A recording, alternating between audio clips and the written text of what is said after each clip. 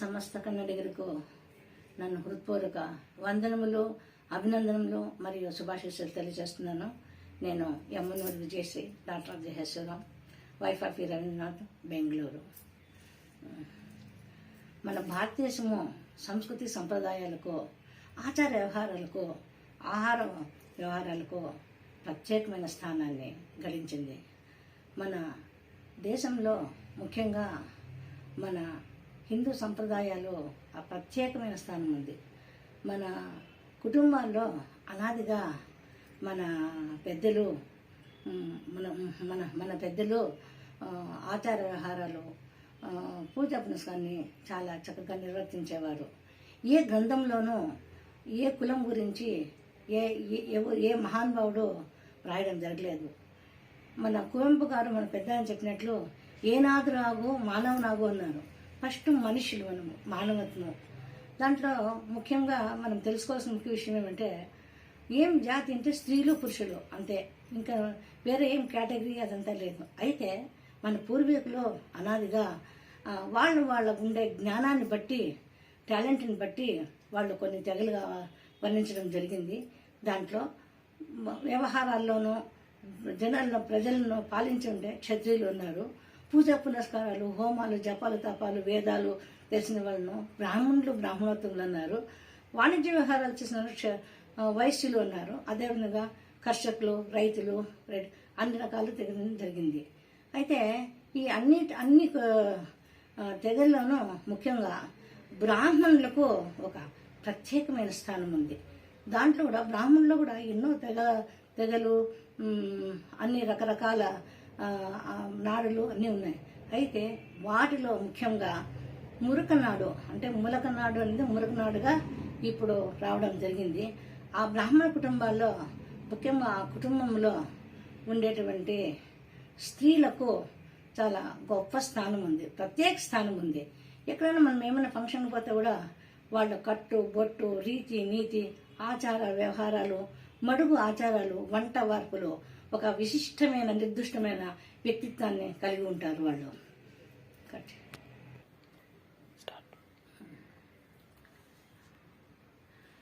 ఈ విధంగా విలక్షణమైన జ్ఞానాన్ని పొంది ఉంటారు వాళ్ళు.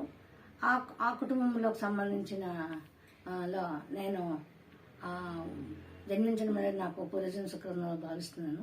నేను యమ్మనూరు విజయశ్రీ, అభ్యుదయ రచయిత్రి, సంచలనాత్మక కవయిత్రి, రచయిత్రి, వర్ధమానచిత్రి. ఎన్నో బిరుదులు అంతా మీ అభిమానులు ఇచ్చినవే, కానీ అవి నా గొప్పతనం కాదు. మా సర్వసామాన్యంగా రాధికా జైను అమ్మ మీ గురించి చెప్పుకోండి అని చెప్పింది. అయితే నేను మీకు అందరికీ సుపరిచితురాలే, ఎందుకంటే యూట్యూబ్లోను, టీవీ ఛానల్లోనూ ప్రోగ్రామ్స్ చేస్తున్నాను. అన్నిట్లో ఉండడం వల్ల నా గురించి మీకు అందరికీ తెలుసు కాబట్టి క్లుప్తంగా చెప్పడం జరిగింది. నాకు ఈ కన్నడిగరు సంస్కారవంతులు, సహృదయ ఈ కర్ణాటక జనులు కన్నడిగరు అంటే సంస్కారవంతులు, సహృదయులు. వాళ్ళ అభిమానము మనము లెక్క కట్టలేము. నేను రాసిన ఫస్ట్ సెంటెన్స్ కన్నడిగరిగా అభిమానక్కాగి నాను గులామునాదే అని రాస్తే, అంటే నన్ను అంత గొప్పగా వాళ్ళు ఆదరించారు, గౌరవించారు. 2 స్టేట్, అటు ఆంధ్రప్రదేశ్, ఇటు కర్ణాటకలోను.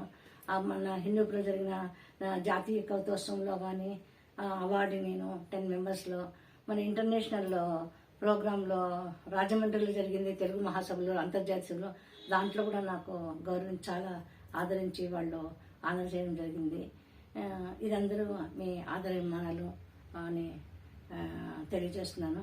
ఇకపోతే ఈ కేటగిరీ పీపుల్ ఇలాంటి లక్షణాలు కలిగి ఉంటారు.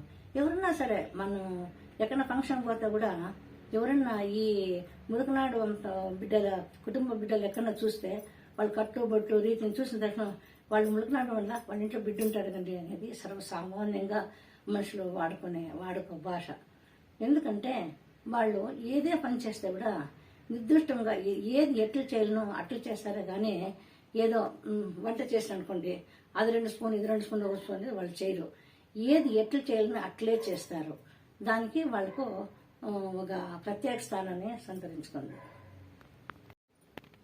నమస్తే.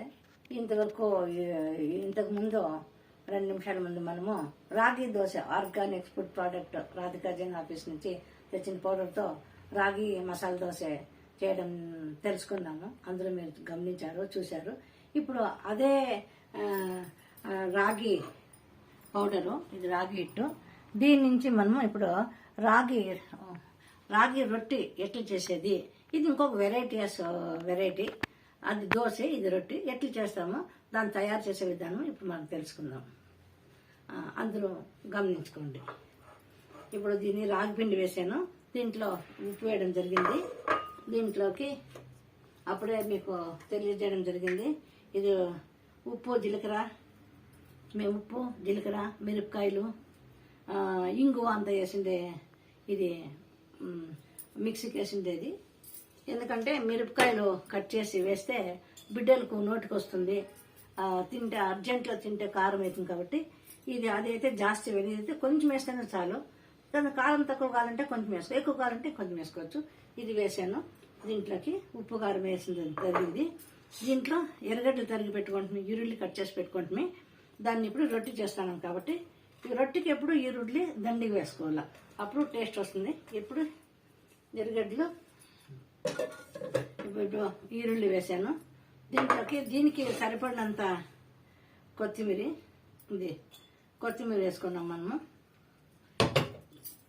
ఇప్పుడు దీన్ని ఇప్పుడు పిండి కలుపుకోవాలి. ఎప్పుడు కూడా ఏదే అక్కి రొట్టి చేయని, రాగి రొట్టి చేయని, రాగి రొట్టి, బియ్యపు రొట్టి, ఏమైనా రొట్టి చేస్తే కూడా ఇట్లా సామాన్ వేసినప్పుడు డైరెక్ట్గా నీళ్లు పోసి కలపకూడదు. ఎందుకంటే అది సరిగ్గా మిక్స్ కాదు. ఫస్ట్ మనం వేసిన తక్షణం దాన్ని ఇట్లా మనం చేత్తో బాగా కలిపిన తర్వాత ఇదంతా బాగా అంతా మిక్స్ అయిన తర్వాత నీళ్లు పోసుకుంటే అప్పుడు రొట్టి ఫుల్ ఒకే రకంగా టేస్ట్ వస్తుంది, ఉప్పు కారం బాగా కలుస్తుంది. ఇప్పుడు దీనికి రాగి రొట్టి కలుపుతాను. నీళ్ళు వేసాను, బాగా పిండి కలుపుకోవాలి. చాలా నీళ్ళు కలుపుకోకూడదు. నీళ్ళు కలిపినాము అంటే అది రొట్టె సరిగ్గా లేదు. కొంచెం బాగా కలిపి రొట్టె పిండి మనం బాగా కలిపినాము అంటే చేతికి పిండి ఖర్చుకోకూడదు. చేతికి పిండి ఖర్చుకోందంటే ఇంకా పిండి తక్కువ అని అర్థము. అప్పుడు ఇప్పుడు చేతికి ఇట్లా ఉంది కాబట్టి ఇంకొంచెం మనం ఇంకొక స్పూన్ పిండి వేసుకుంటాము.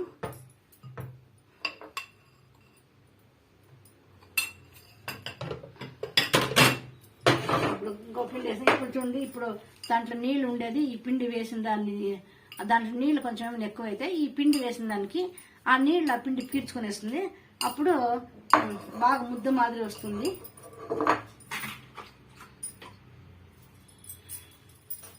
ఇప్పుడు కరెక్ట్గా వచ్చింది అది పిండి అంటే చూడండి, బాగా ఒక పాత్రలకు ఒక చూరు కూడా అక్కడ కలుసుకోకుండా ఇట్లా చూడండి, ఇట్లా అంటే చూడండి, ఇట్లా ముద్ద వస్తుంది. ఇట్లా ఉంటేనే ఇట్లా మనము బాగా కరెక్ట్ పిండి కలిపి చేతికి మెతుకోకూడదు, పాత్రకు మెతుకోకూడదు. కరెక్ట్గా దాన్ని ఇట్లా ముద్ద చేత కలిపితే అది రొట్టి బాగా లేస్తుంది. లేకుంటే నీరు తేమ ఉంటే అది రొట్టి కట్ అయిపోయే అవకాశం ఉంటుంది. కాబట్టి మీరు చేసిన తక్షణం ఇట్లా ముట్టుకొని ఇట్లా చేసుకొని చూసుకొని అమ్మ చెప్పింది కరెక్ట్ అనుకోవాలి.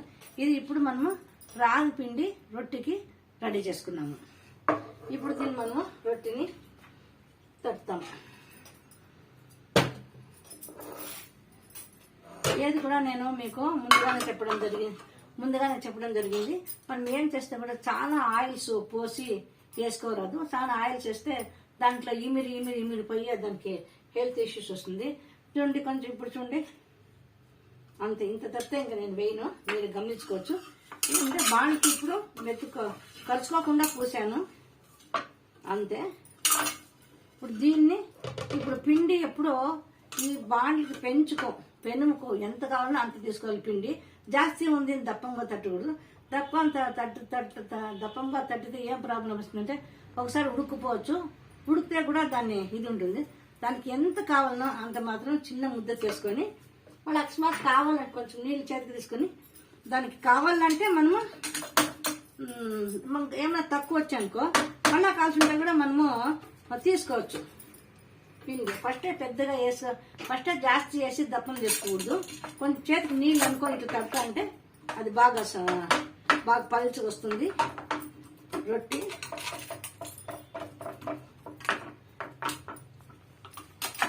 ఎప్పుడు రొట్టి ఇట్లా ప్యాన్కి తట్టేటప్పుడు ఇంత ఫుల్ వైపు తట్టకూడదు, అది ఎత్తేకి సరిగ్గా రాదు. ఈ భాగం ఎంత లోపల ఉందో అంత మాత్రం మనము తట్టుకుంటే అది బాగా వచ్చేకి అవకాశం ఉంటుంది. చూడండి, ఇప్పుడు రొట్టి తట్టేసాను. ఇప్పుడు ఈ రొట్టి తట్టిన రొట్టిని ఇప్పుడు మనము గ్యాస్ పైన పెడతాము. గ్యాస్ మలుగుతుంది.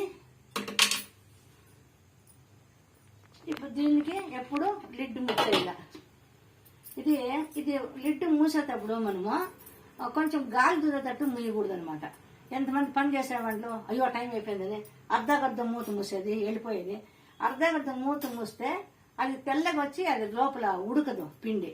అందుకు ఫుల్ లిడ్ మూస్తే దాన్ని నీట్గా ఉడికిపోతుంది. ఇప్పుడు అంతవరకు ఇది ఇప్పుడు రాగి రొట్టి రెడీ అవుతుంది. ఈ పిండి ఉంటుంది, దీన్ని మనము పక్కకు పెట్టుకుందాము. ఇప్పుడు ఇంకా బిఫోర్ దట్ మనము ఇది రాగి రొట్టె అయిన తర్వాత దాల్ రసం పౌడర్ ఎట్లా చేసేది అని మనము తెలుసుకుందాము. దాని గురించి అంత లోపల 2 నిమిషాలు చెప్పుకుంటే మనకు టైం సేవ్ అవుతుంది అని అనుకుంటాను. దాల్ రసం పొడికి మా సౌత్ స్వాగర్ ఇది ఆల్రెడీ అన్ని వేయించి ఏమేమి కావాలంత వేయించి పౌడర్ చేసి పెట్టాను. దీన్ని ఇప్పుడు నెయ్యి వేసి తిరువాత వేస్తాను. ఆ రొట్టె అయిన తక్షణం దీన్ని వేస్తాను.